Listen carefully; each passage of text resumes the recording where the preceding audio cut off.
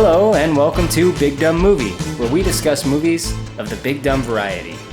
I'm your host, Corey, and I'm here with my co-hosts, Alan. Hello. And Steve. Hello. Hello, guys. Hey there. Hey. It's the season of the It, my friends. It is. And It is. It's fucking It Mania on the goddamn internet. Every fucking video on my YouTube feed is a fucking It review. It Chapter 2 just came out last night, and that's what I'm referring to here. It seems to be doing very well so far. So far, the reviews I've seen are pretty good. I actually saw it last night. I wanted to ask you guys, have you seen it? Of course you haven't. No? No. I've seen the part one. Didn't go to see this one yet. I'd like to see this one. Yeah? Are you going to see it in theaters? I would like to, yeah. I'm going to try to carve out some time to do it, but yeah. What about you, Alan? Not interested. No? Nah. It's too scary? Oh, yeah. Little girl. No. Horror movies, just not my biggest genre, you know? I can see horror movies, but I'm generally just not interested in horror movies. Doesn't do it for you? Doesn't do it for me. I see. Well, it made me think actually, as a quick aside, tomorrow I'm going to be recording a review of It Chapter 2 with the guys on Spoilers. So if you're listening to this, that has already probably come out. So check out Spoilers Podcast, which I'll be on for It Chapter 2. Anyway, it was making me think about Stephen King adaptations, because there's kind of a lot of that going on lately. The Dark Tower had a movie like last year or the year before. With Matthew McConaughey? Yes. Yeah. That one's been done a few times. They did a miniseries version of that in the 90s. No, I didn't know that. It was for broadcast TV. It was actually really well produced at the time. People really liked it. I think Dark Tower, really? Yeah, it was. No, maybe. No, it wasn't. You know what? No, it wasn't Dark Tower. What was it? It was the one with the virus. Dang it, I'm mixing up his books now. It's been a long time since I read a lot of them. Are you thinking of Outbreak? No, it was made into I don't know, maybe it was part of the Dark. It was something. Anyway, whatever. What do you guys think of Stephen King adaptations? There's some good ones, right? Yeah, absolutely. There's definitely some good ones. And there's some shitty ones. Yeah. What are some of your favorites, Steve? Which ones do you like or hate? Fuck. Okay, so the Christine Cujo, those ones. They're cool. Firestarter. I've seen them. They're okay. I don't like them so much. I wouldn't say I hate them. Good Stuff. Stand By Me was based on a story he wrote. Shawshank Redemption was changed quite a bit, but it was technically based on a story he wrote. Those were great. The original Pet Sematary, not a great movie, but I've got a weird soft spot for it. That one kind of freaked me out as a kid. I like it. Right. What am I not thinking of? I know there's something in there I'm missing. Green Mile is a good movie, and it was based on something he'd written originally. You said Shawshank Redemption? Yeah. That was a Stephen King story? Yeah, the movie version of it changed a lot, but the original version of it was a Stephen King story, yeah. Huh. How did they change it? What was the story? So, I know one change was that Morgan Freeman's character was a white dude. He was a redheaded Irish dude. Yeah, hence the name Red. Right. It wasn't a lot of big stuff. It was just like small story details and changing some of the things certain characters did. That's interesting. I didn't know that. Yeah. Well, here's one I like. You guys might hate it. Thinner. Yeah, I'm not a fan of that one. No, you don't like Thinner? No, that one kind of annoys me, to be honest. I remember seeing parts of that one. That one was kind of freaky. Yeah, I think it's good. It's super hokey, but it's good. Pet Sematary is also pretty hokey at times. It is. The little kid, he was in Kindergarten Cop. He made the outrageous claim that boys have a penis, girls have a vagina. Isn't there a new Pet Sematary coming out? It was already out. Oh, it was already out. Yeah. Yep, it came out earlier this year, and I actually saw it. How was that one? Nah, not great. I guess I would say the other one is better. So I'll leave it at that. I can't believe I didn't think of an obvious one, The Shining. Now that's another one. The movie's actually... Yeah, does that even count? Yeah, quite a bit different. And King wasn't really a fan of it. And he absolutely redid as a miniseries in the 90s. Yeah, which is really bad. Yeah. I really liked it at the time, but I don't think it dated very well. There's a trailer that just came out for Dr. Sleep. That's right. I actually meant to discuss that with you guys after we saw it before The Matrix. I didn't know that was being made into a movie. I'd heard about it, but I don't know how that story plays out. Like, if there's a book for it, I know nothing about that, so I can't really speak on it too much. But I can say I will see it. Yeah, I'm interested enough. I probably will. Mm-hmm. What do you think, Alan? Yeah. I'm not big on horror movies. Again, I don't know. They just don't interest me that much. Some of them are cool, but they just don't do it for me. What about horror comedies? Like Gremlins 2? Yes. Or Gremlins 1. Yeah, like Gremlins 1. This is almost like a slapstick monster film. Let me tell you, I Almost like like a parody. I like horror comedies because, this was a great movie. You liked it a lot? Yeah, I liked it. Awesome. I'm glad to hear that you like something, Alan. Right. Now, Alan, you're on the MPAA. Can you tell us about the PG-13 rating? And didn't Gremlins play a big part of that? Steve, maybe you know more about that? It did. Gremlins, the original Gremlins was criticized quite a bit for what people perceived as being dark content. It is slightly dark, I guess. Joe Dante was at a marketing screening of the film before it came out. And there's a scene that this plays out in the film, too. A woman came out of the screening, the auditorium with her daughter, started berating him during the screenings of the original film. For how dark it was, and it's inappropriate and blah, blah, blah. And Joe Dante claims the little girl wriggled away from her mother, ran back into the movie theater, and hid till the end of the movie so she could watch all of it. But because of that kind of reaction, Steven Spielberg actually told the MPAA he felt like they needed something to squeeze between PG and R, and that's where the PG-13 rating came from. No way, I didn't know that. Yeah. Another movie that played a role in that was Temple of Doom. But absolutely. Yeah. And Steven Spielberg he played a role being a producer on this film. Wait, so was the first one R? No, PG? It was PG, and that's what put a lot of parents off, is they thought that because it was PG that it would be more appropriate for their kids than it was. But I'd argue like it wasn't rated G. You probably should have known it wasn't going to be a Disney movie. Yeah, but PG, right? Oh, but we need PG-13. It's That's actually super specific now. PG by itself is already parental guidance. Yeah. So maybe have some guidance and look up what the movie's about before you take your kid. But I don't know. Whatever. Here's the thing about the first Gremlins, and I know, Alan, you haven't seen it. It starts off as like this little cutesy movie with like this guy gets this little funny pet, and they're doing songs together and shit, and then all fucking hell breaks loose and it becomes completely horrifying. You're right. I'm telling you, man. The first one gets kind of dark. There's like, we'll talk about it later, but Phoebe Cates has some like really traumatic story. But is there like blood, or like they'd actually like eat There's like one? green blood. Yeah. The second one had some of that. It did, yeah. But the first one's a little bit scarier. The second one's a little bit more fun. Roger Ebert gave this movie sort of a mediocre review, which doesn't surprise me, but one of the reasons he gave, and I know we've discussed before that his review system wasn't always real consistent, but one of his main reasons was that he claimed this one didn't differentiate itself enough from the original. He's so wrong. Yeah, I watched a little bit of the Siskel and Ebert review. Right? You're being a little nicer than me. My take on what they said was I felt like they were trashing it, kind of. Right. And Leonard Maltin really had trashed the original, and then they spoof it in this one. Yeah, there's a scene where he's like giving the review. Yeah. That's like an actual review he was doing, right? Oh yeah. Yeah. It was a scene for the movie, but he did do an actual review of that, and he said those things. And when he commented on Gremlins 2 in response to being asked about his cameo, he referred to his cameo as gratuitous. So he fucking guy can't even like his own bit. It's pretty good. There's a review site called Video Hound, and they have a golden movie retriever who reviews movies character, and he gave this film 3.5 bones out of 4. I like it. Yeah, I was really surprised about Christopher Lee, and he looked younger than I imagined him, because I guess I never saw him in older movies. Yeah. Yeah, he did a lot of, I think, early 80s, or was it 70s, the Hammer films where he was Dracula? Yeah, 70s and 80s. And, yeah, he'd done quite a bit, but a lot of not so mainstream. What was your experience with the film, Steve? Had you seen Gremlins 2 as a boy in the theater? Yeah, absolutely. I found the original one in a video store like in late 88 or early 89 and watched it probably 24 times. So when I saw posters for this coming out, I immediately begged my mother, and she took me to see it, and I don't think she found the Gremlins characters as endearing as I did.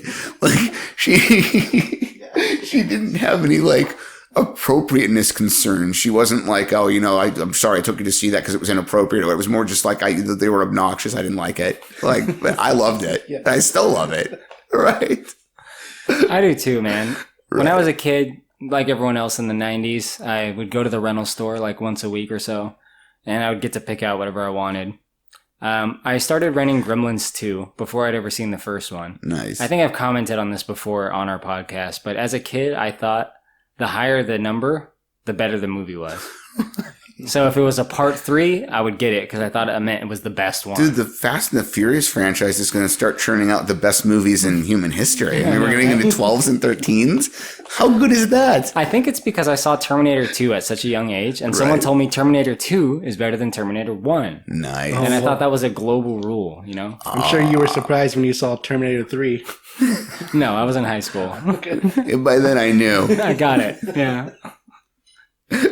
I was hurt by a couple sequels later in life, and I started to pick up on that. They're not always better than the first one. However, with Gremlins 2, I would rent the shit out of this movie, and I loved it a lot. I still like it a lot. Later, I saw the first Gremlins, but to me, the second one is the primary go-to. This movie came out in theaters the same day as Dick Tracy. It did. And it got smashed. It smashed. I saw them within like 2 weeks of each other. I can't remember which I saw first, but yeah, it got smashed. And Joe Dante claimed later on that Warner Brothers had done that intentionally because they didn't want to run the risk that this movie was going to gross more than the first Batman had, because they wanted to keep Batman having the record for some reason. It was Dante's claim. Well, Batman was a huge success. There was no way Gremlins 2 was going to top 89 Batman. Right. I mean, that movie was crazy. Like, there was, like, people in line and shit. Like, that was... That's kind of what I always thought as well, is like, well, I don't understand why you'd ever think that. There's really no way this movie was ever going to outgross Batman. So, the budget for this movie was $50 million. And now I'm struggling to think how they spent $50 million on this. I loved it, but, like... How did they spend $50 million on this movie? It was triple the budget of the original film, which was one of Joe Dante's stipulations when the studio tried to get him to make it. He wasn't interested at first, and he finally came back with this like list of demands, and he's like, I want triple the amount of money I had to make the first one. They said yes. So also, the info that I got on that was that Joe Dante didn't want to. They wanted to do a sequel immediately, right? And he said no, right? And then eventually, after a few years, because this was like 4 or 5, 6 years after the first one, right? They said he'll make a sequel, and they told him, okay, you can do whatever you want, no matter how outlandish it is. That's the info I have. Right. So they eventually were just like, fine, just do whatever you want as long as you come back. And this was 1990. $50 million in 1990? That's insane. What was the box office? The box office was 41. Damn. Sad. That was the gross. The opening weekend was almost 10, 9.7 mil. Man, all the kids went to see Dick Tracy.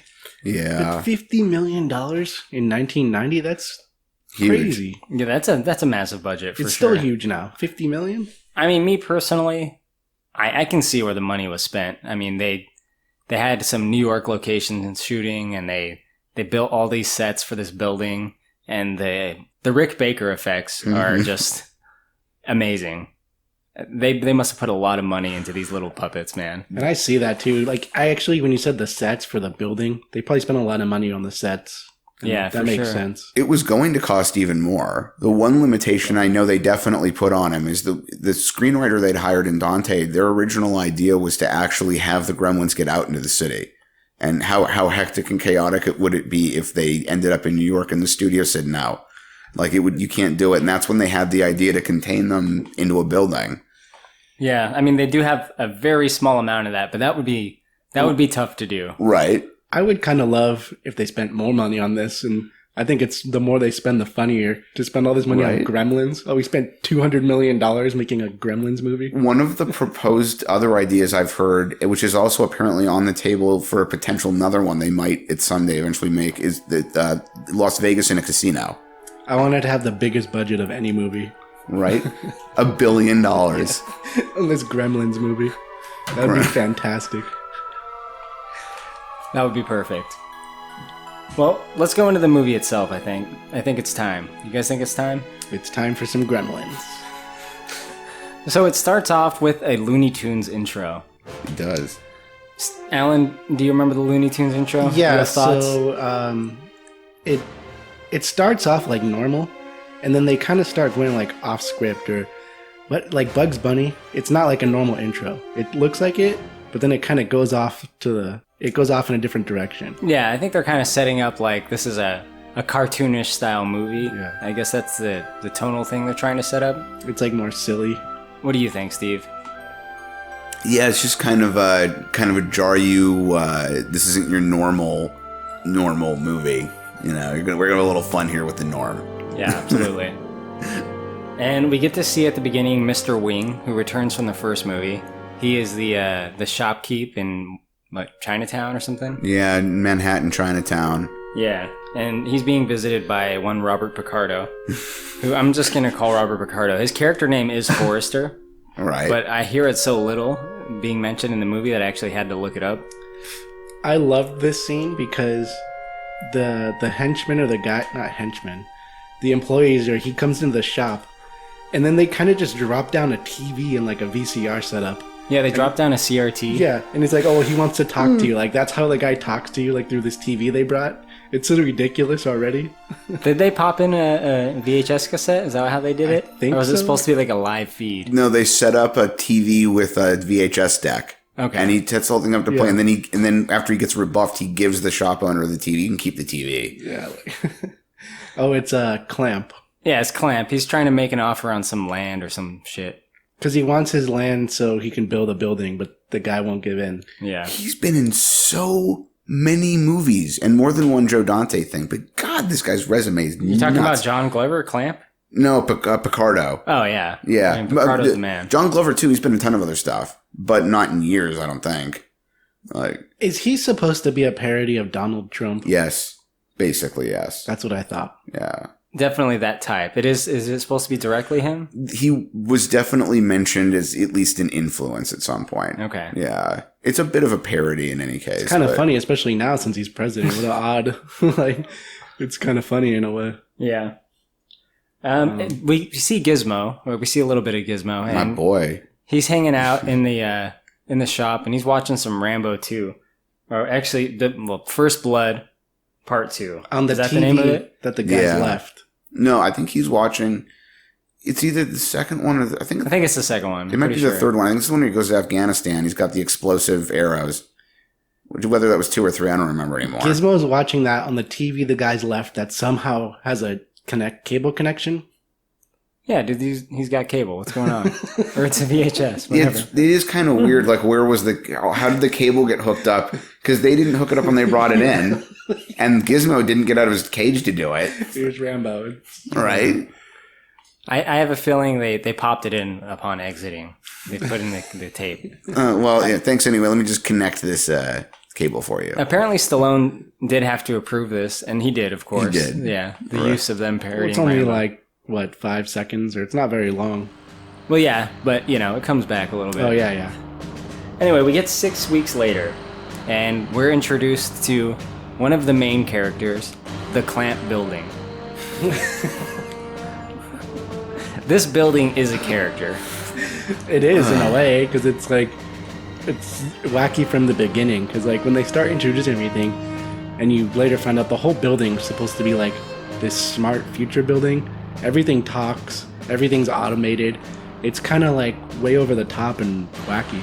Yes, they describe it at the beginning as a fully automated office building, and also later they do call it a smart building, which I think is a term that actually is still used today as far as smart technology, right? Absolutely. Oh yeah, with like Nest thermostats and sensors. So Smart that's home. actually a thing.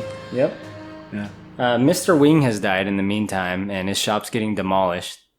And we see, our first plot hole, I think. I was probably the only person that cared, but Gizmo is running around in the daylight. Yeah, I mean, the whole thing Oh is shit! I didn't even think of that. when they're wrecking the shop. Nothing's been removed. I thought about that. It's like, why would you leave everything in there to wreck it? It's all valuable. You could have a salvage company just pay you some lump and take it with them. Nobody found Gizmo inside the shop. Nobody noticed him. Did nobody go back in there at all after this dude died? So like, why was Gizmo still in there at all? And then he somehow manages to escape through a conveniently placed crack in the wall, and then he goes running around in the daylight. Like, what's happening right now? I did find that scene, now that you mentioned that, I agree with Steve, because the crane just kind of starts going through the building. Like, they show it for like a couple seconds, and then it just starts getting demolished. It's like, oh, okay. He's dead. Wreck the fucking place. Yeah. Right?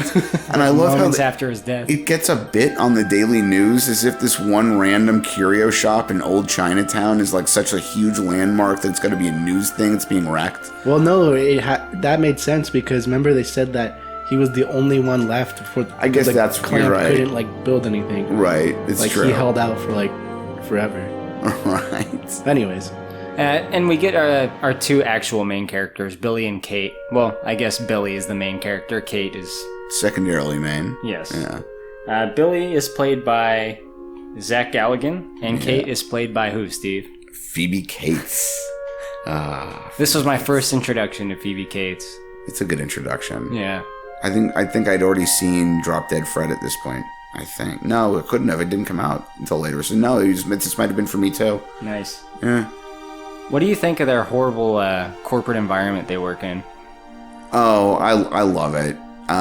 It's such an early 1990s look at the future of business, and frankly, they're not all that entirely wrong.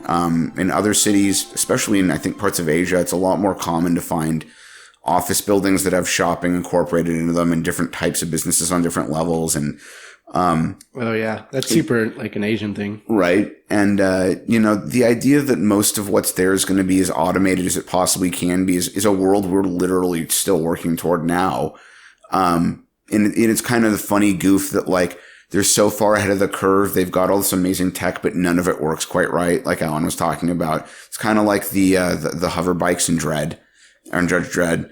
Don't want to confuse those two, but It's goofy, and it's very much a product of its time, but I really like it. I think it's an enjoyable element.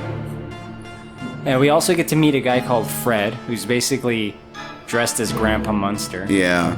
And he's hosting like a late-night monster movie show. Yeah. But he's like lamenting the fact that it's being canceled or something happened, right? They're moving his time slot to like 3 a.m.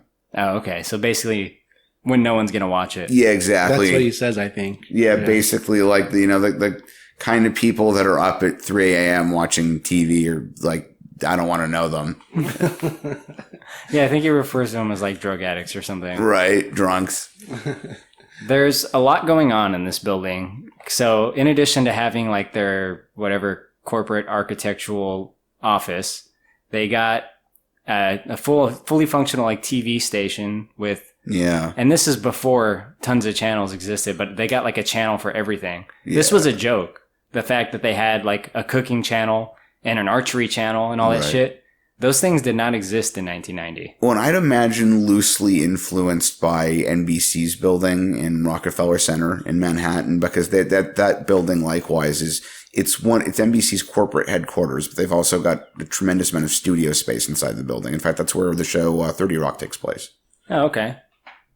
There's also a science lab, which you gotta have. Splice o' Life. Splice of Life, yeah. Is that what it's called? Like Splice o' Life is literally what it's called. In fact, I like that. Christopher Lee's character at one point says it's a stupid name, but I had nothing to do with it. So, yeah, that's another plot hole, but I didn't care too much about it. But they have this like insane lab where they're working on all sorts of wacky shit. They're working on like there's just chemicals, lights, like it's like they're splicing genes, whatever you want to imagine. But they basically have no security. They wanted to have a cow-hamster hybrid running on a treadmill in the lab, and they couldn't make it work. It's just like open. Like it's like a floor you could just go to, and like at one point the delivery guy just kind of walks in. Yeah, I mean the only person guarding the door is Julia Sweeney, and she's not stopping anyone. Pat?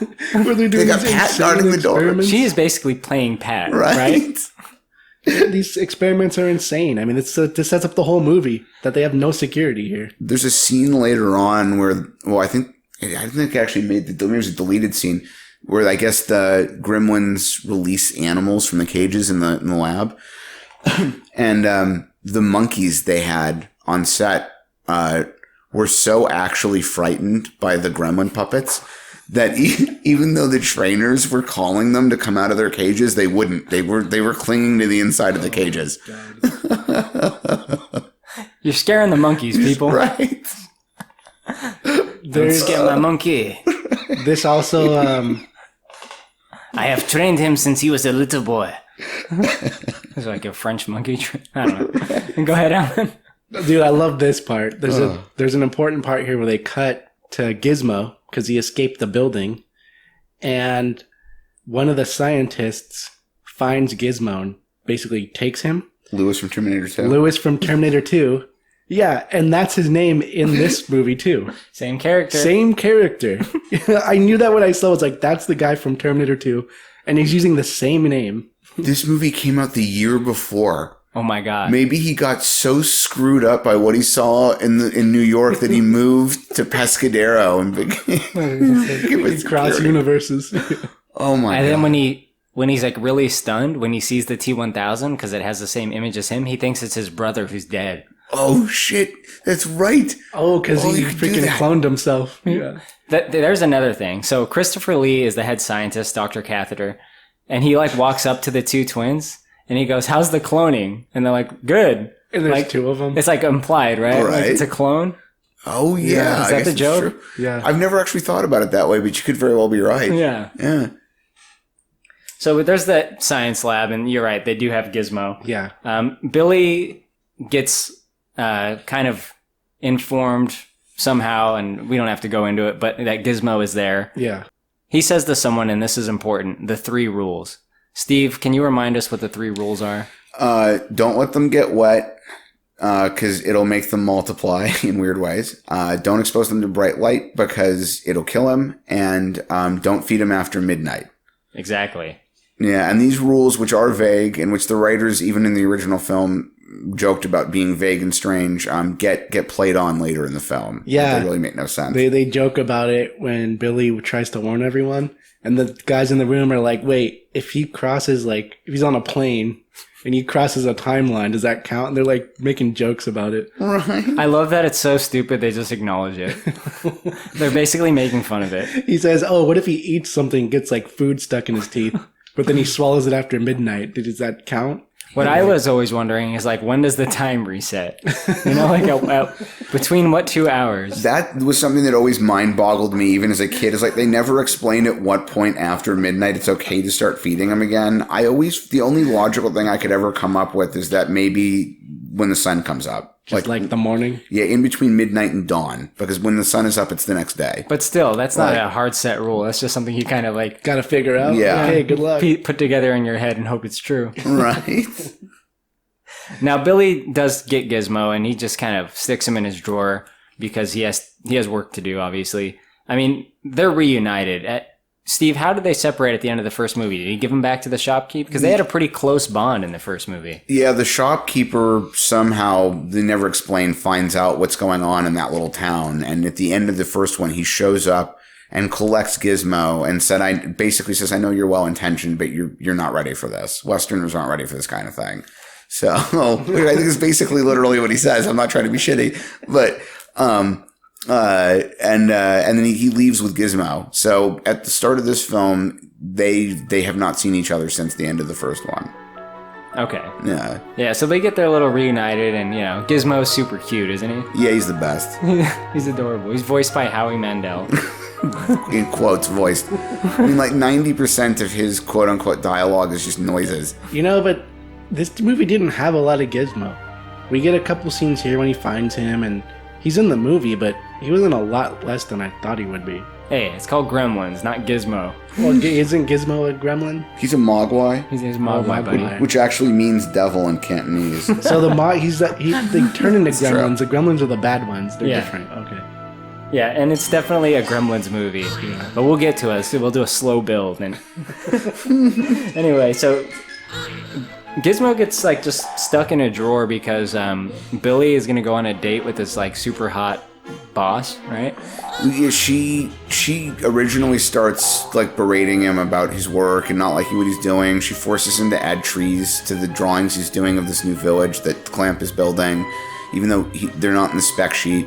And Later on, the boss, Mr. Clamp, comes to the department, visits for the first time, sees what Billy's been working on, really likes it, but doesn't like the trees that she forced him to add. And then when she starts to believe that Billy has gained Mr. Clamp's attention and is now potentially on the rise, she becomes interested in him.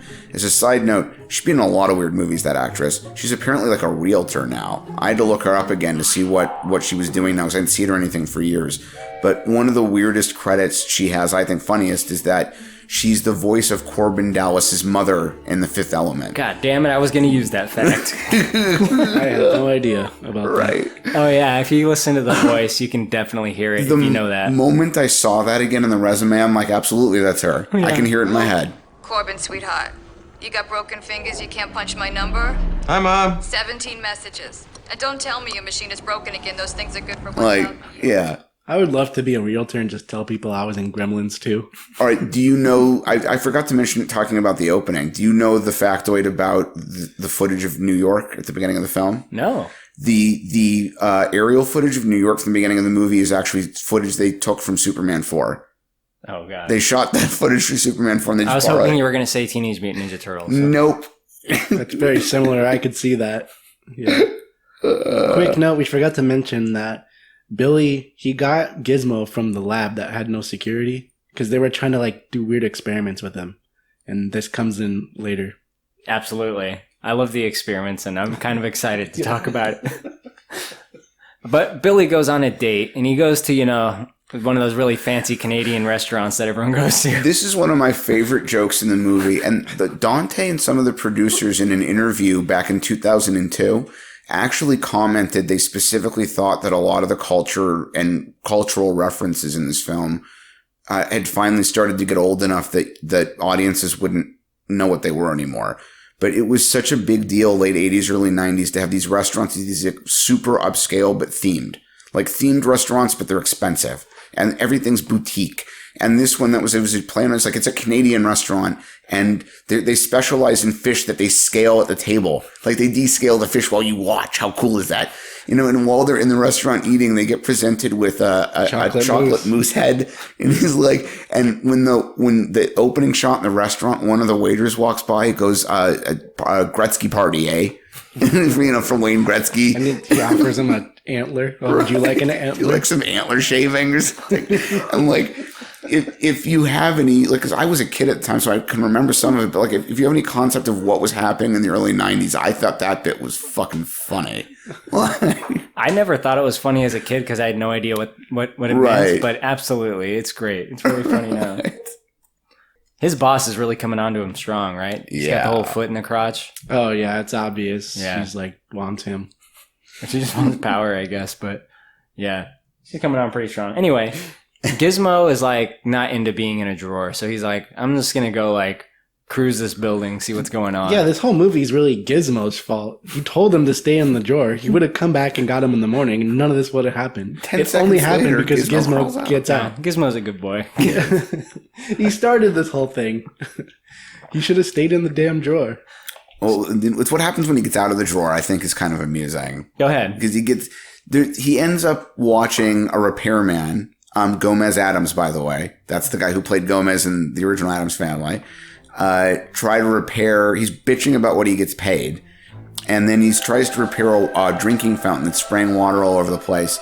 And Gizmo, sort of staring in curiosity, and he finally decides to move out of the way of the water before he gets wet. And then he ends up getting wet anyway. And what happens when a Mogwai gets wet, Alan?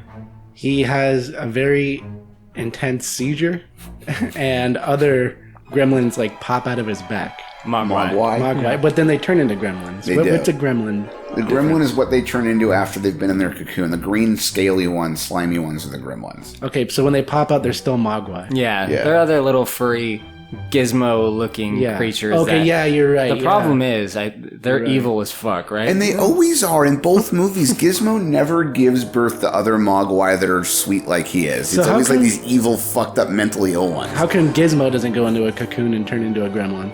Because he doesn't eat after midnight. So that's the thing that triggers it. Oh, they do. So when you get wet, you multiply whatever you are. If you're a Mogwai, more Mogwai come out. If you're a Gremlin, more Gremlins come out. It's really gross almost because they kind of like just pop out of their back. Yeah, like the little fuzz balls popping all around, and then yeah. What do you guys think of these little Mogwai effects, though? I was just thinking to myself, I still love it. Like you can tell, They look it's pretty good. right? You know, it's 90s the way they had to make it work, but it looks really cool. I love the way they look. They're just strange. They seem somehow artificial and alive at the same time, which I think is a good way to play them. And the guy that did Rick Baker, I should say, did him in this movie. The only reason he was able to do it in this movie is because Chris Wallace, who did the Gremlins and the Mogwai in the first one, declined to come back to be involved in the production on this because he was busy directing The Fly 2. Oh, shit. Hey, man, The Fly 2 has some good puppets, too. I'll say It does. We should. Can you get some of those Gremlin props, or like, can you get who has those things? Oh, the Baker's actual Workshop ones? might Yeah. still have some, but no. Man, That'd be probably crazy. so valuable. I know they're so fun to have. Yeah, they are really cool looking. Scare the shit out of people when they come over. Oh my god, I'd love that. The Mogwai are quite expressive as well, which I like a lot. Anyway, the Mogwai, they start running around and they basically go to cause trouble. Now, Kate is supposed to pick up Gizmo and take him back home, but she doesn't really know Gizmo like Billy does. So she just sees a Mogwai and thinks it's Gizmo, but That one still bothers me a little, though. How could she think that was Gizmo? She spent a bunch of time around him already. The crazy one too, the one that's Yeah. like fucking just wild. yeah, the psycho one. Total lunatic. Googly eyed, just I like love that character already. Stupid and crazy. He just like his eyes just constantly spin, and he just like he's making weird noises. Like he just can't stay still. Gizmo's all calm and chill and friendly and fuzzy. He's like It's a like cat. a weird creature iteration of like ADD Right? to the max. Like he's just out of control. oh yeah, he's a big time troublemaker. Kate does take him home and he just starts throwing shit around. And Billy gets home and he's like, "This ain't fucking Gizmo, bro. This is a fucking lunatic I one." love Right. that because he's like throwing food and he just like can't stay still. I love that. Right. And she's like covered in all this like different stuff because he's just going crazy.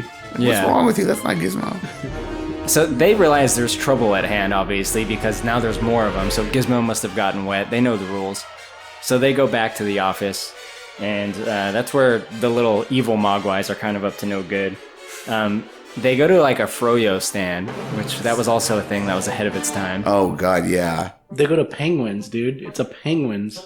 Is it a Penguins? Yeah, I it's a didn't notice. Penguins. I loved Penguins. So did I. They were the best. Absolutely. That's a real They place? It was. Penguins was one of the biggest international, or at least national, frozen yogurt chains in the early 90s during the late 80s, early 90s when it was really at the peak. It was like them and TCBY. They were easily at least as big or bigger as Menchie's or any of the other ones that are open now. And they were really good. They were. To this day, I'm still convinced it's one of the 3 best places I've personally ever had frozen yogurt.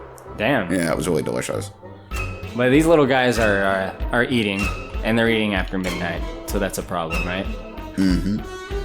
So yeah, this is kind of this is where we just start getting started. You know, they're multiplying, they're eating, they're starting to get rowdy. They Yeah. scare a bunch of the patrons, one of whom is Jerry Goldsmith. Really? Yeah, I swear to God, the gray-haired dude.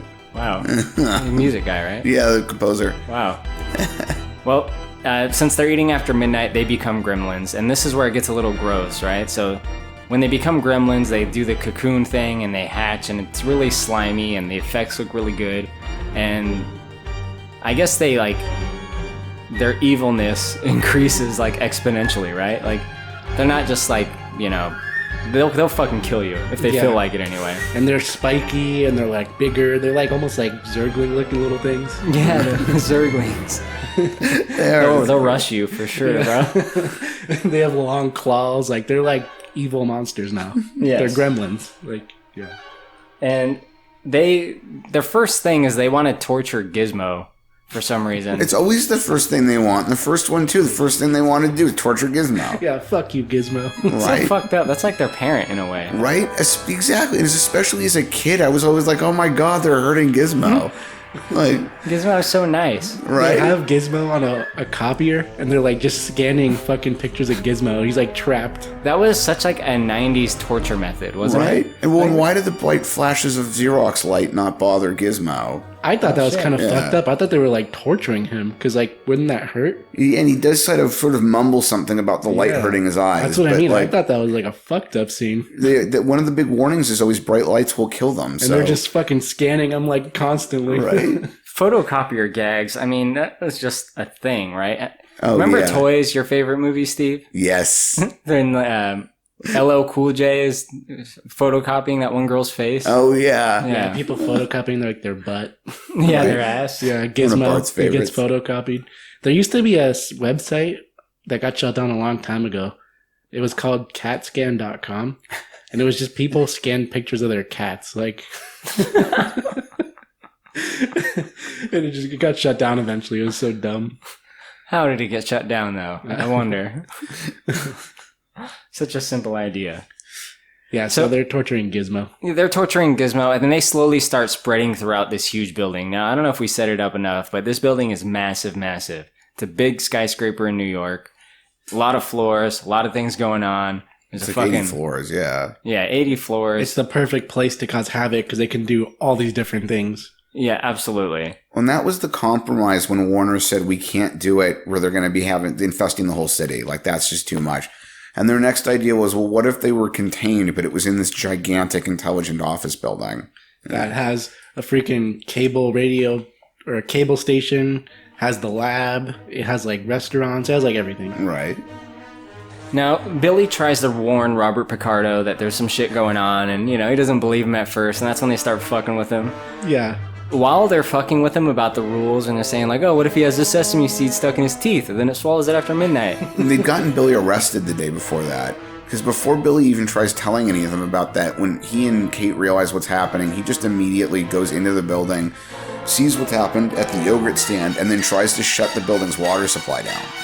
And they catch him doing it on the security camera, so they fire him and have him arrested. That's right. But he gets out of jail as soon, like next scene, right? Yeah, and Kate says that she had to use next month's rent money to get them out. Before he gets arrested, when the police come or the security guy comes, one of the gremlins attacks him. Oh, yeah, that's right. So they start getting crazy already. Like they attack the security guy. It's kind of weird the security guard wouldn't have said anything on Billy's behalf. Like, no, one of those things just tried to attack me. No, he's not on his side at all. Right?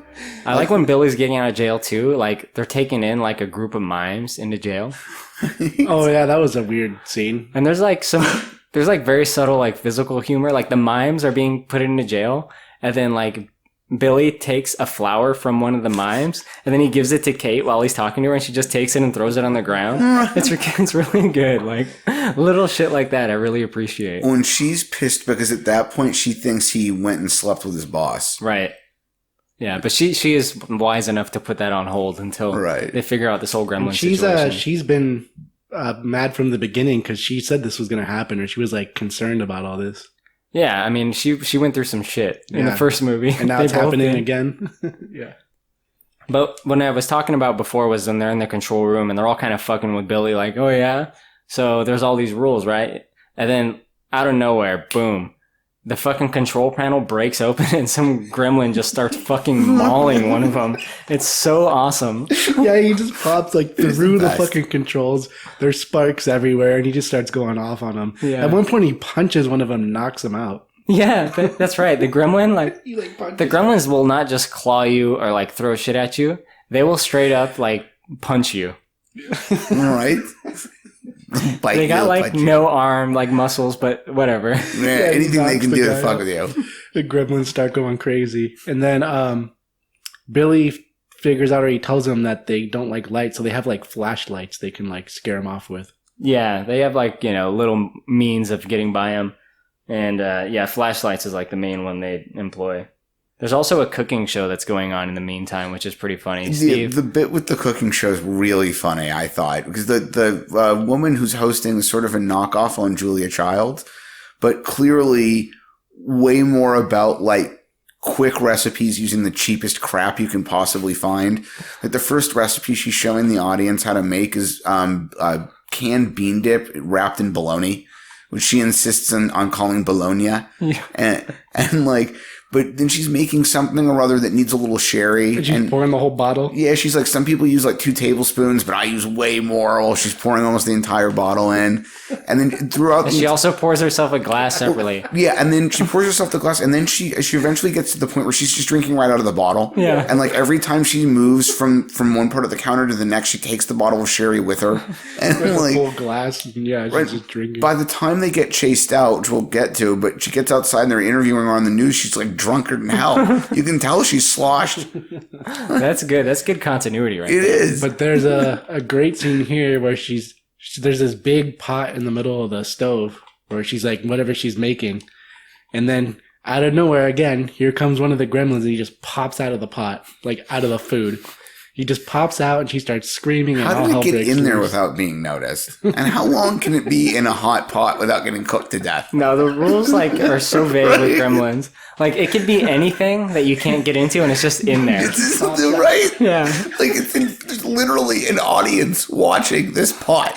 Like nobody's all right. No one saw him until he just popped out. He's like, all right, fuck you guys. I mean, that's what the rest of this movie is. It's just pandemonium on It screen. is. That's the thing. And I love it. It's so funny. It's like 45 minutes worth of story followed by an hour of pandemonium. Yeah, it's so good. It is. Gremlins coming out of woodwork. They're coming out of everywhere. I think that's part of why this works so well for kids. It's just like that's exactly what you want to see as a kid. Is I want to see these things just wreak havoc. Exactly. I don't need their backstory or anything. It's just like, it's fine. They Right. exist, and then they multiply, and now they're crazy. Right? We're doing stuff. What's next? Well, what's next is Clamp. So he has his own office, and one of them gets into his office, and he has to, like, fight it off. Now, before we talk about Clamp fighting it off, now he's the guy that owns this building, and he's, like, a huge mogul or whatever.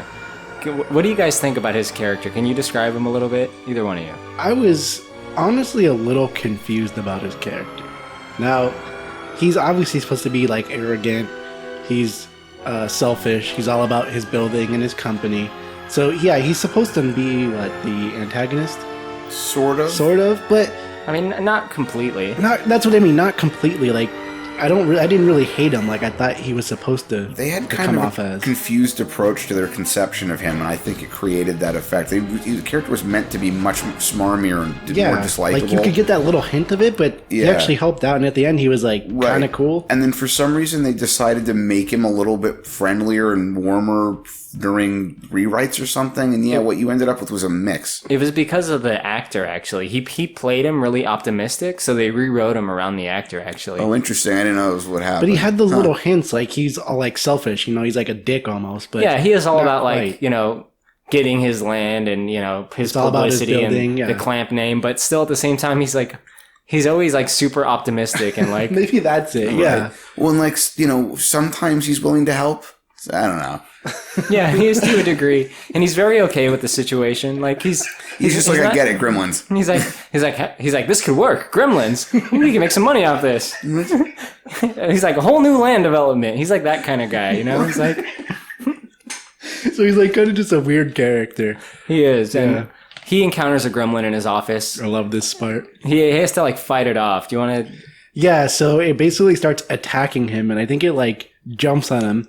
He's trying to fight it off. They're going at it, and he ends up putting the gremlin into like a paper shredder. Now this must be a pretty strong paper shredder, but he puts him in there, and it literally just shreds the gremlin. Absolutely. And you see him go down into the paper shredder. There's green blood everywhere, and he like shreds the whole gremlin. It's pretty awesome, actually. There's another gag relevant to like 90s technology. I mean, the technology still exists for paper shredders. Don't get me wrong, but that and like Xerox machines, it was very like 90s. Yeah, thing. they made the paper shredders. shredder seem like it was like, it's a paper shredder. How could it take in a whole gremlin? It takes in like sheets of paper. It's a huge one, though. It's built into the desk. Oh, that's it's really true. interesting how they've got the secretary's got that huge like marble slabbed heavy desk, and it's got this like 3 foot wide by 3 foot high paper shredder, like industrial paper shredder. I always got the feeling later on when I was old enough to start thinking about it that he was using it to shred all kinds of shit. Yeah, just whatever needs to be shredded. Let's get it shredded. Including a gremlin. Occasionally you got to shred a gremlin. You never know. You definitely have to here. I mean, that's why I went with the gremlin capable model that's built into the desk. I mean, what do you think these are for? We talked about Leonard Maltin. We see him too, and he's given a bad review of the Gremlins movie. That's one of our first really meta scenes. There's a few of them, but that's one of the first ones where he's like literally talking about Gremlins 1. He has the VHS tape too. He does. Yeah.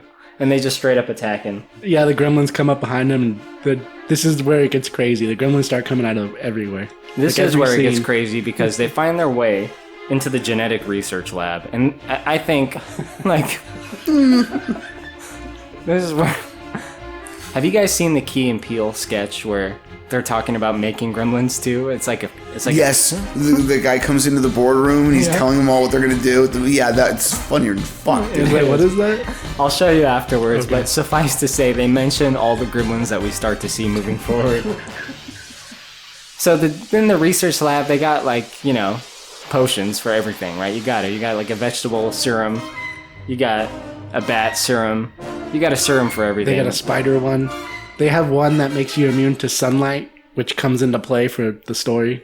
Absolutely. And quick note, I love this movie. A large part of it is because these gremlins are just insane. Right. They're always heckling.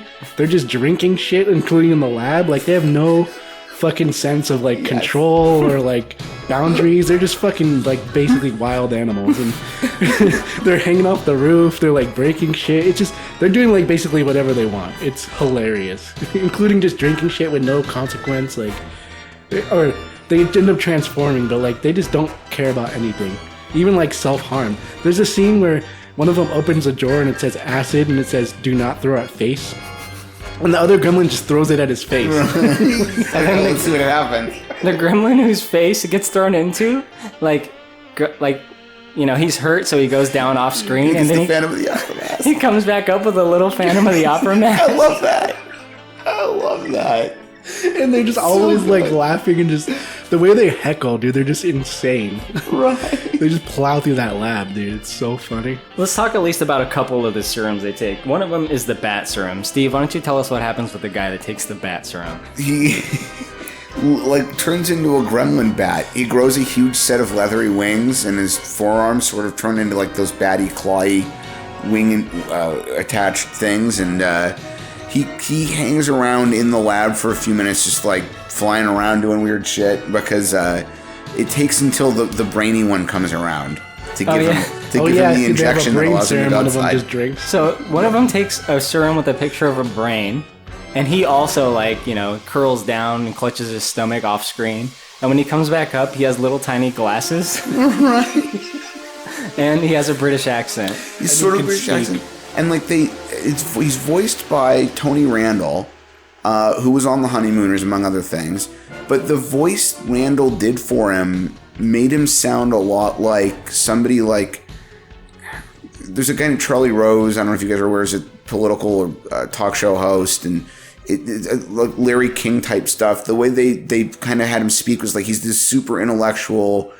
He's the kind of person that leads the discourse. I do the interviewing. We have this intelligent talk show where I have these experts on. I wanna talk a little bit about what's going on in this room, because I think there are some fascinating ramifications here for the future.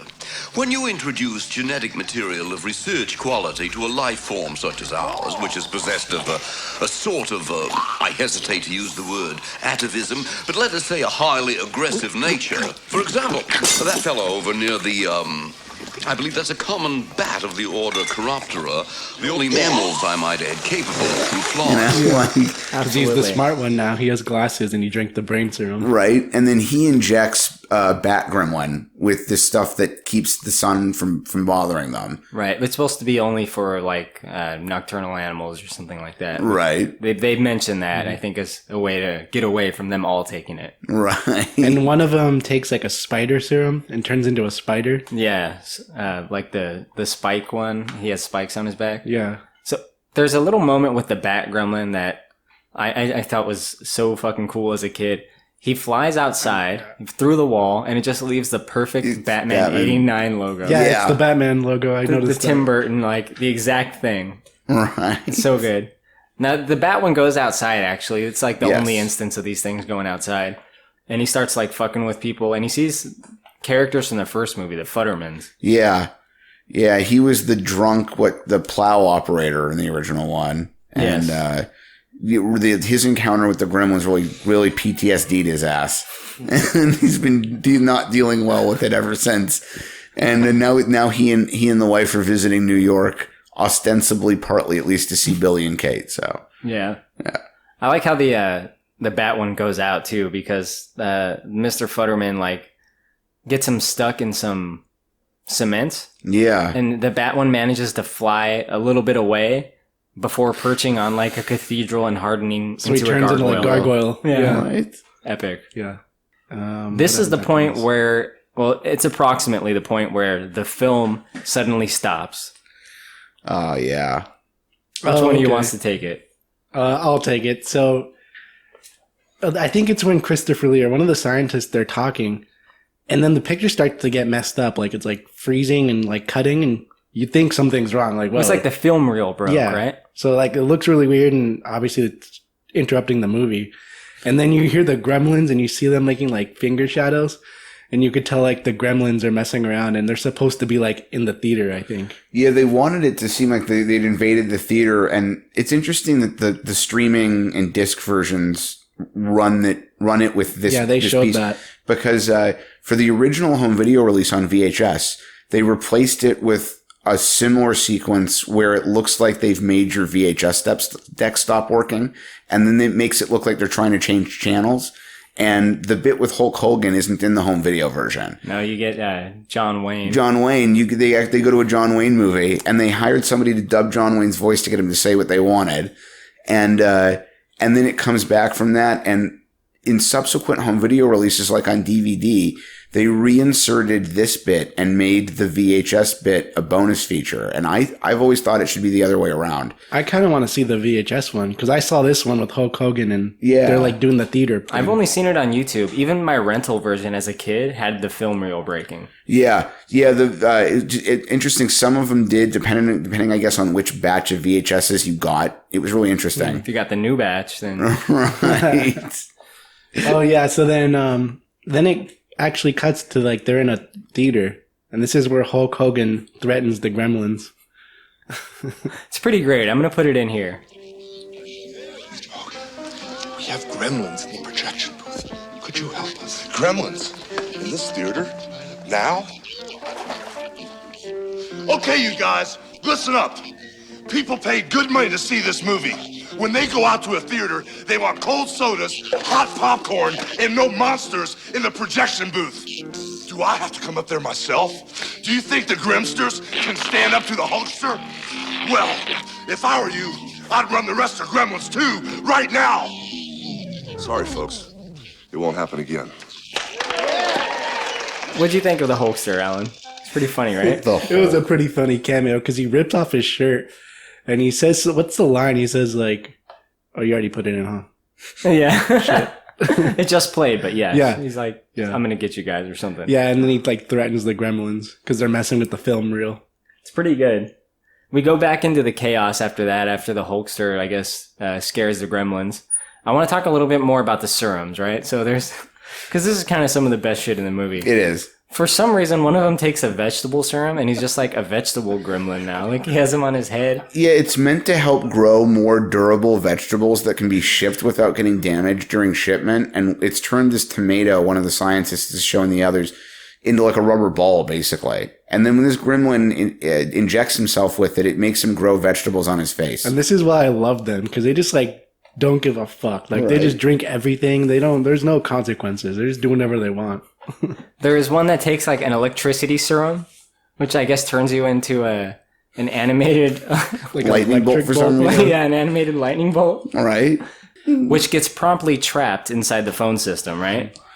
It does. And that becomes a necessary component at the end of the film. And you can see him on the little video screen, and they're laughing. They're still laughing. Like, they laugh all the time because they're just insane. Even in their own peril, they find it amusing. Right.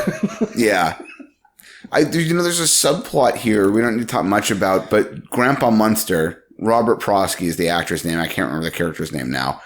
But he's decided to. He's met up with a Japanese tourist who's been in the building taking a tour. Oh, you mean Long Duck Dong? Long Duck Dong. Yeah, exactly. And he was also in VHF with Weird Al. UHF. And and so he's a tourist. He's in the building on a tour. He's been taking pictures of everything. Phoebe Cates was leading his tour group before the Gremlin disaster started being a thing, and he was driving her crazy. He wanted a million pictures of her at every. Can you blame him? Right? No, of course not. I'd be asking for pictures too. And somehow he and Robert Prosky, Grandpa Munster, end up meeting up during the disaster, and Grandpa Munster makes him his personal cameraman. And they spend most of the rest of the movie like documenting what's happening.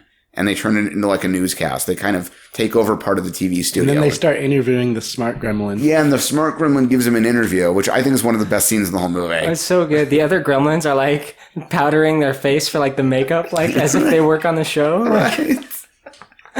They just want to have fun, bro. Like, I love these things. And then like at where we're at, they're just causing havoc. Like they're replacing everybody. Everyone panicking. I mean, this is full blown chaos at this point. There's a part when Billy's up in Clamp's office when shit's really hitting the fan just after Clamp has shredded the one gremlin, where Clamp starts a video. He says, I didn't think I'll ever have to play this, but then I'm going to have to. And it's a sort of goodbye video from Clamp Industries about like literally the end of the world. It's like, we know the world is ending, but we just want to thank you for buying our products or whatever it is.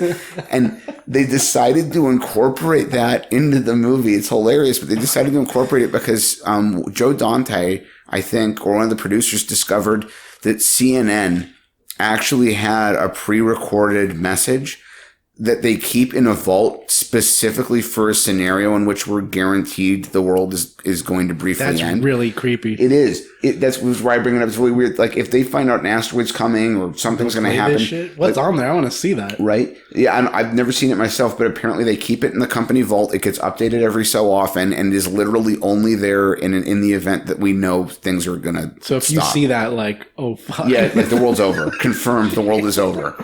Like... That's so sketch. Like, I'm so scared I'm going to see that on TV. Like that movie with Steve Carell and what's her name? Shit. Yeah. Bruce Almighty 2 or whatever? Evan Almighty? No. It was the one where an asteroid's headed toward Earth and there's no saving it and people are just living out like their last few days before it happens. I don't know that one. Oh, it's a really good movie, but I can't remember the name of it. And Keira Knightley. It's Steve Carell and Keira Knightley. Yeah. At one point, when everything's going crazy, the scientists, or Christopher Lee, he says he has some weapons in a drawer for like super rare situations. But then when they try to get it, one of the gremlins is already in there again. Yeah. And he has the gun. So now the gremlin has a gun too. Yeah, they have like semi-automatic weapons and they're just indiscriminately firing them at people.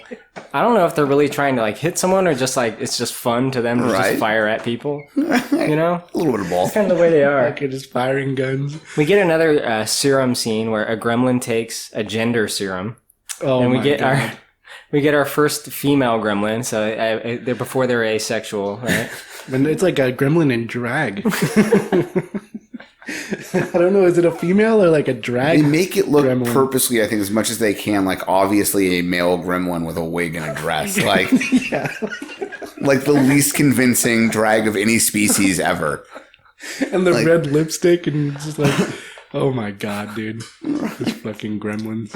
And that one is really into Robert Picardo, right? Oh yeah. She loves him. And immediately sexually assaults him. Yeah, which leads... We're going to get back to that at the end. I want to talk about how that ends. Okay, we can get to it. The one that you mentioned that is the spider, Alan. Oh, yeah. It creates like a giant web in a hallway, and it catches Marla, who's Billy's boss. Who doesn't seem to be aware that this is all happening, and she's like totally okay with this. The whole time she's like, what's going on? She's like, I have to get this work done. She's like oblivious to everything that's going on. She's hanging there in all this like webbing. She's going, I have stuff to do. Someone let me down so I can finish my work. Like, do you not see what's happening right now? I think she gets it when she sees the giant spider show up, though, right? Right. She starts screaming. I mean, at least she has a good natural reaction at that point. I think as soon as she got cut down, though, she wanted to go back to work. Like, what's your problem? It's the 90s and she's a working woman, all right? Right. Oh, we forgot that the other Gremlins earlier locked Gizmo in like an air duct. Oh, they shove him into the venting. Or the venting, and they like lock him away. That's right. So Gizmo's like MIA right now. Well, we're actually, to the why. point we are in the story, he's actually started working out and shit. So He's going Rambo status. he's trying to get his pump on. He's like, Yeah. he like lifts a little like barbell and like he falls through the floor and he like hits a little punching bag and it hits him back. I love this because, yeah, like there's like 2 small skits where he lifts one weight, he punches the bag once, and this is like his training. Like Gizmo's getting ready to like help fight. And he like didn't even do anything. No, it's a montage, man. That all took place over like 15, 20 minutes. So you're good. He comes back though with his little like Rambo headband and he takes out the spider that's about to eat Marla and Phoebe Cates, right? He has a bow made out of paper clips, a pencil, and what I think is a bottle of whiteout I think you're right. or some kind of little chemical bottle. One of the ads for the home video release was a white background with Gizmo wearing the headband and holding the bow and arrow at the flame. I loved that. Yeah, I remember seeing that. And then he shoots it at the spider and catches him on fire, and the spider burns to death. Which is kind of a big deal because I think that gremlin is supposed to be the main gremlin from the first one, like reincarnated. Yeah. It was Stripe in the first one. Yeah. In this one, I think it's Mohawk or Spike or something. They don't say the name in the movie, but it's like on a toy, I think. Anyway. So they killed the spider gremlin, Yeah. but at this point, the whole lobby, the whole building is basically like infested. Yeah, I mean, they've multiplied many times over, and they're just causing chaos. At some point, you can kind of see the characters walking through the halls with gremlins just fucking... Sometimes they'll just ignore you if they're having too much fun with something, right? You see people running and there's gremlins on their faces, and I love... This is like the best part of the movie. This is like the climax where it gets fun, when there's just gremlins everywhere. They all just doing crazy shit. They're all over the lobby. At one point, Billy gets captured by the psycho gremlin, the one with the crazy eyes. The Mogwai has turned into an actual gremlin, and he's in like a dental chair, and like he's gonna come like I guess like work on his teeth or some shit, right? Like with his drill. I love that scene because his eyes and how he's crazy and he's like taking the drill. Like it's so funny. He's just gonna drill into him and he's just insane. He's like strapped down, but he gets rescued by Futterman, who's found his way in the building. Oh yeah. And Clamp has found his way out of the building, right? Yeah, he used this secret exit. Which is pretty dope. All right. He comes out of like a phone booth, right? It comes out of a tree. Like a tree comes out of the ground and it's like a tube. That's right. Yeah. And like he meets up with the press outside, and the press is like, what's going on? Is it true there's stuff crawling around in the building? He's like, no, of course not. That couldn't possibly be true. But then at the same time, the Grandpa Munster character is doing his live newscast from their studio where he specifically says, yeah, there's all these fucking gremlins running around. Interviewing one. Right, yeah. He's like describing like the nature of their existence with his little British accent. Right. We forgot to say Clamp left the building because they came up with a plan where they're gonna move all the clocks forward so the gremlins think it's nighttime. And then they have like a backdrop, they covered the windows. Yeah, they have a huge matte painting. Yeah. And then when the gremlins come out, they're gonna pull it down and they all die from... Or no, basically whenever they come out. Yeah, so they're gonna trick the gremlins into thinking it's nighttime. Gremlins go outside. They all die. Die in the sunlight. Yeah. Now, the original intended solution for the gremlins was they were gonna fill the building with concrete. That was in the script, but they replaced it with this. This is probably better. Concrete? Like, the fuck? Well, it clearly works. Yeah. It took out the bat gremlin.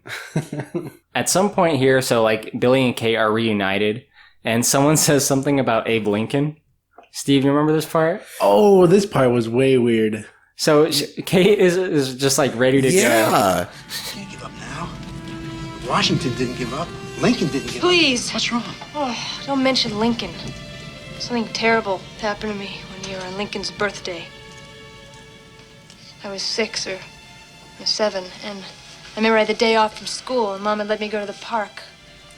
She'd made me a peanut butter and jelly sandwich. I was going through that peanut butter and jelly sandwich phase, and this man with this Honey, beard and a hat looked just like Abe Lincoln. Honey, I really don't Except think we've for got the time for raincoat. this now, He, I remember, oh God, he said, hello, little girl. And it sounds like she's going to tell a story about a guy in an Abe Lincoln costume like molesting her in a park, and they're just like, yeah, we can't talk about this right now. So it's so funny because in the first movie, there's an out of nowhere scene like that, except she gets to tell the full story about how her dad died dressed as Santa Claus. It's acted really well. Yeah. There's really good music to it, and it's really sad. So there's all this gremlin chaos going on, and then she tells this like story, and it's like, it's very tonally odd. No relevance to the movie. Never comes up. It literally has no point in any context in this movie. Like, she just tells this like random odd story. Well, in this one, it's like a parody of that kind of, because in the middle of the chaos, she tries to tell it, and they just like cut her off. Like, sorry, not now. We're busy. And they just move her along. I think it's pretty good. It is good. I liked it. I think it's a good like joke, like a good like kind of jab at the first one. Right. Anyway, things are just going crazy in this building. They've been getting crazier and crazier and crazier. And all the gremlins have kind of gathered in the lobby because, you know, they think it's night. They're going to be able to go outside soon. And that plan does get foiled, by the way, because like the rain clouds show up, right? Yeah, so the rain clouds show up and it starts getting dark. But I just love, at this point, this is, again, my favorite part of the movie because they're everywhere. Some of these gremlins have, like, ski goggles. Some of them have glasses. Some of them are drinking. Some of them are smoking. They're just basically wreaking havoc and doing whatever they want. Some of them are just playing with dynamite. Like, they have some dynamite in one scene, and they're just, like, lighting it, like, and the camera just pans past them. Another one's giving another gremlin a tattoo on the chest of the Warner Brothers logo. Some of them are like just stuck on the wall, like they're just hanging off the ceiling. They're insane. Just doing all this shit. They like hurt each other, like they like hit each other, or like during the interview part, like the smart gremlin is like another gremlin just pops up next to him and he just like shoots him in the head, just for no reason. I love it. They're all just there's so many. They're all just different and just wild. We get to a big gremlin musical number, I assume in celebration, right, Steve? What do you think about this? Yeah, they're just having this big party for themselves where they perform a rendition of New York, New York, which is from a 1949 MGM musical film. It's a Leonard Bernstein song. It's been spoofed a lot over the years. It's this huge theatrical production, very much like the production of it in the original movie. And start spreading the news. I'm leaving today.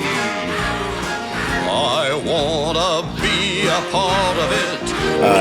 Yeah, it's really an interesting scene. The whole musical number. They have like this stage with the female gremlin's face painted on it somehow, like perfectly. She like comes up out of the eye. You know, it's true. Like, which of the gremlins made that? And they're all just singing and still like going wild. It's insane. I love that scene.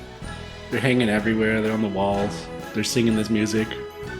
And then Billy comes to just ruin the day, doesn't he? He's like, for some reason, he's really interested in killing these really fun-loving creatures that we all like. Billy's the real bad guy here. He is, man.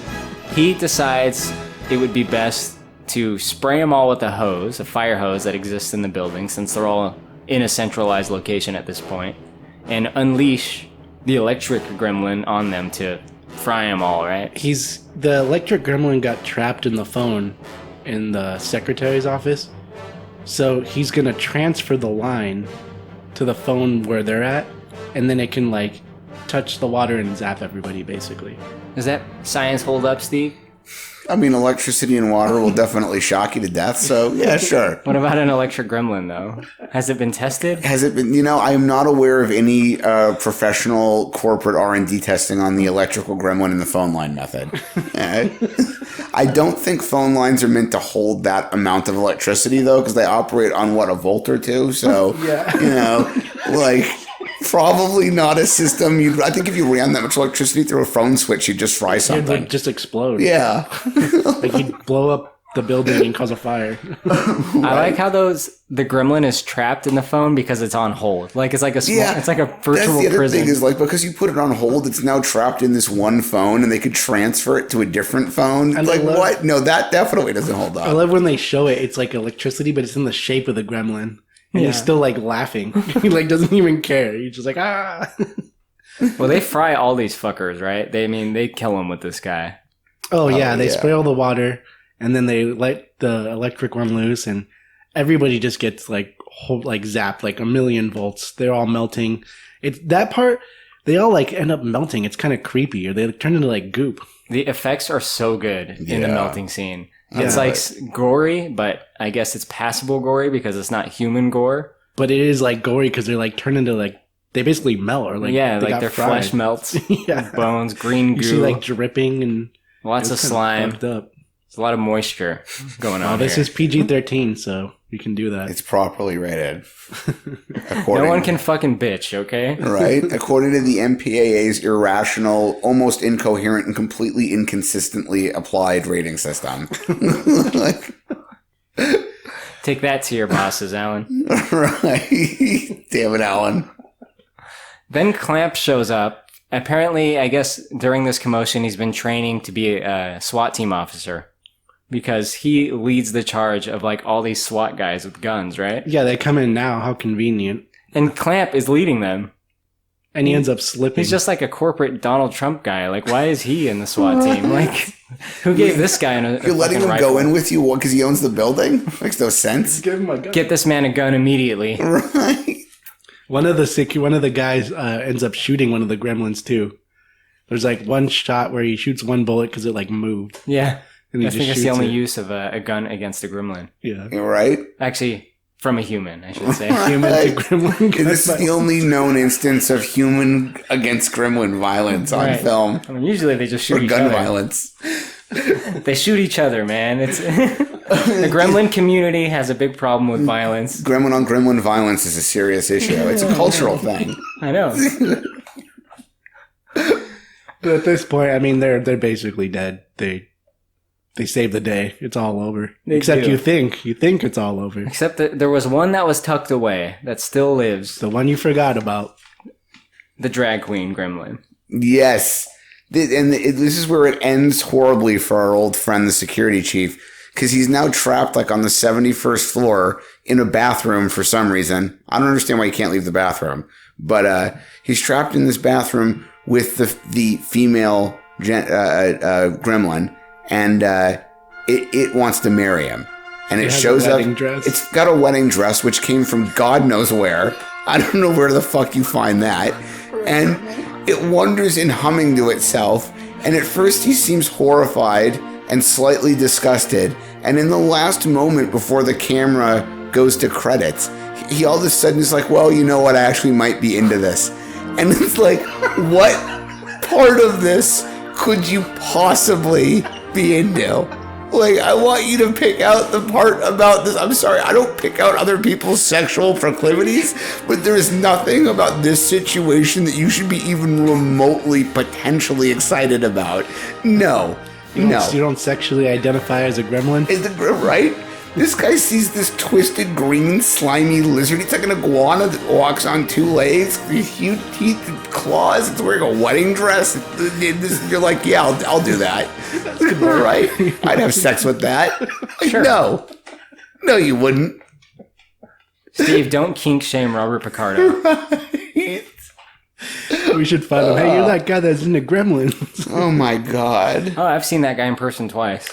Oh, right? Yeah, Robert. Really? I went to the Cicada Lounge and I saw him sing with Bill Nye. Oh, nice. He can sing, apparently.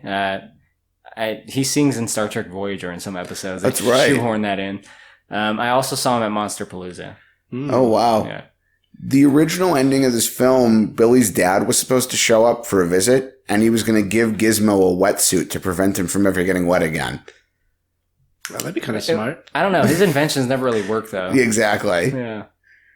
It's kind of his thing. Yeah, that ending was a little weird. I probably could have changed that up. I'm cool with it. You know what? I think it's kind of funny. Right? And I actually thought that. I thought when they kill all the gremlins, those things are insane. They multiply. How are they so sure that they got all of them? There's a huge building. There were none on like the other floors. You should probably burn the building down. Yeah. There has to be like, there was the one, the drag In fact, at the end of the first one, it's basically what happens. Billy and Kate basically just destroy that whole movie theater to make sure all of them die. Yeah. So, like... I mean, they're gathered in the lobby, but that's all of them? There has to be some still. Right. Everywhere. No, it's true.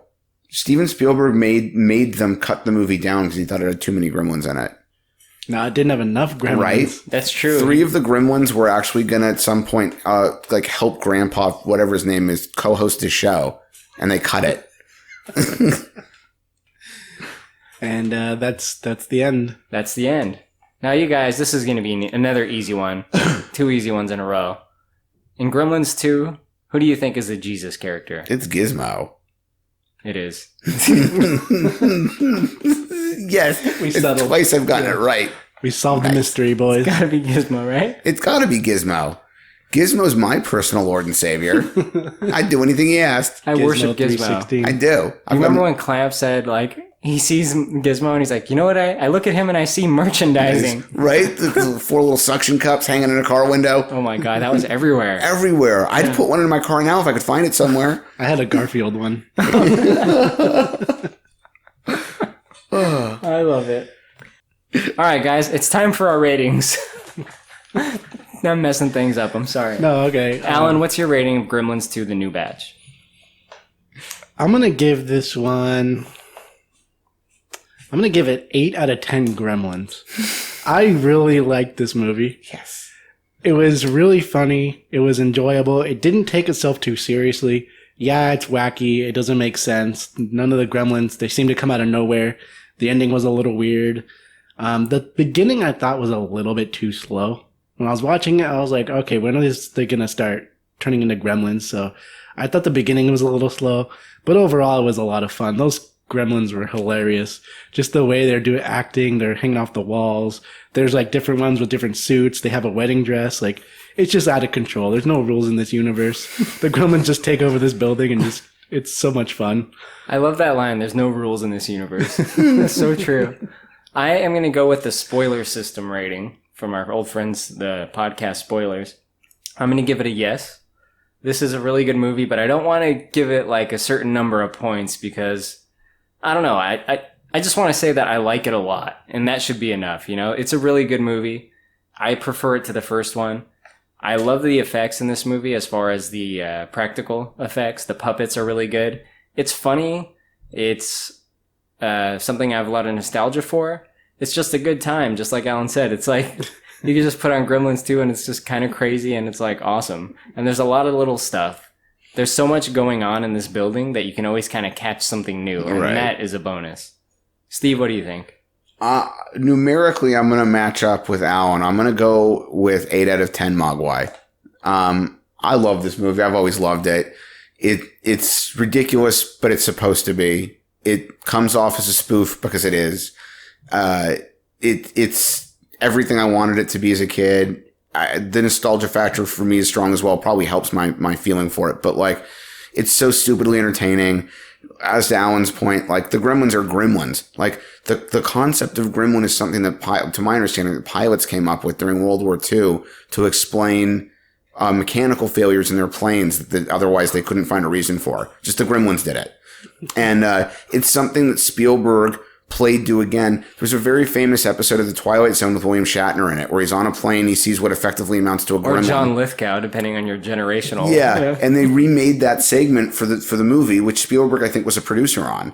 So it's a concept he must think is funny, which I do too. But yeah, I mean, like, they do exactly what gremlins are there to do. They're in the electrical system, they're in the plumbing, they're in this, they're in that, they're fucking everything up, they're creating havoc. Nobody understands what they really are or where they really came from or why they really are, but that's what gremlins are. You don't understand them. They're just wreaking havoc. And super entertaining. Really enjoyed myself. Love the practical effects. Absolutely. 8 out of 10 for me. Nice. Yeah. Now it's time for the hat. Now it's time for the hat. All right, Alan. Okay. Something that doesn't have Sylvester Stallone in it. Now that we like this one, we're going to pick something horrible. Right? Okay. It's a rare one all three of us like. Opening the thing. Oh, you guys are gonna love this one, dude. Uh-oh. Okay, let's play a little game. This is my pick. And I brought it up kind of yeah. Oh my god, no. Yeah, you got it exactly. Oh, I should have lied about putting that in the hat. Right? I got the pick I talked about because I brought this up. Right here, dude. You can see proof. I didn't rig it. It happened. He's lying. This is the Muppets Take Manhattan. That's actually a good movie, so whatever. No, it's Reindeer Games. Reindeer Games. I don't want to play any reindeer games, man. I'm super pumped for that. I don't want to remember John Frankenheimer that way. I'm so pumped for that one. You guys just seem the opposite. Like, Jesus. All right, we'll get through it. Yeah, just got to power through. All right, thank you guys for listening so much. If you want to write in via email, you can send us an email at bigdumbmovie@gmail.com. If you're listening on YouTube, please give us a thumbs up. That really helps us out a lot.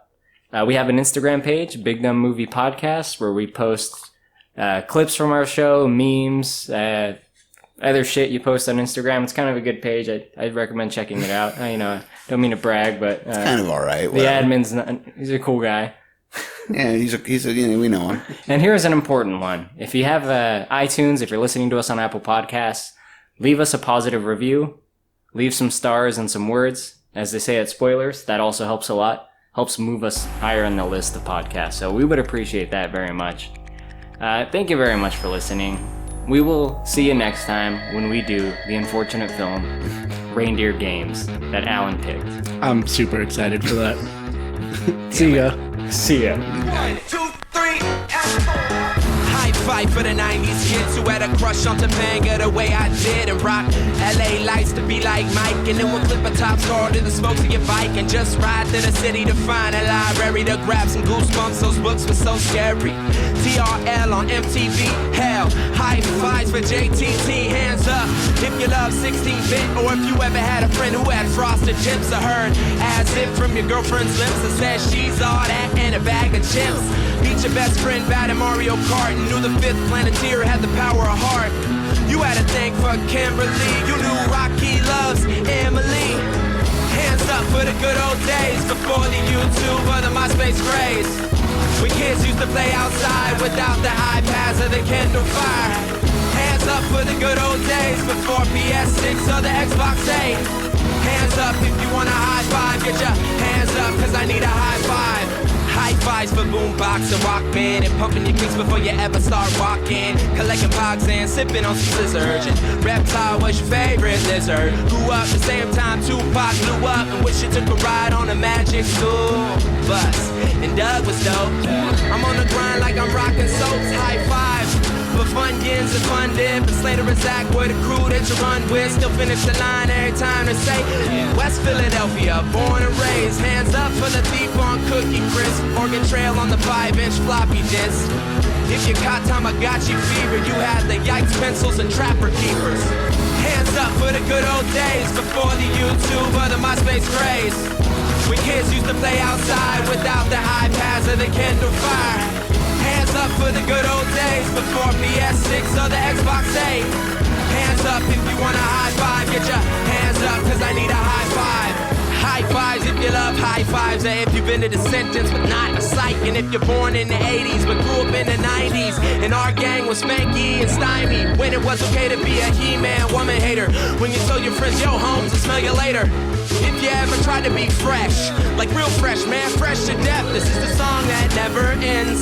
Yes, it goes on and on, my friends, so get your hands up. Yeah, if you love some lamb chop, just once you start singing and it's almost like you can't stop. The Jaws theme on the commercial for pop, so when you still got toys in a cereal box.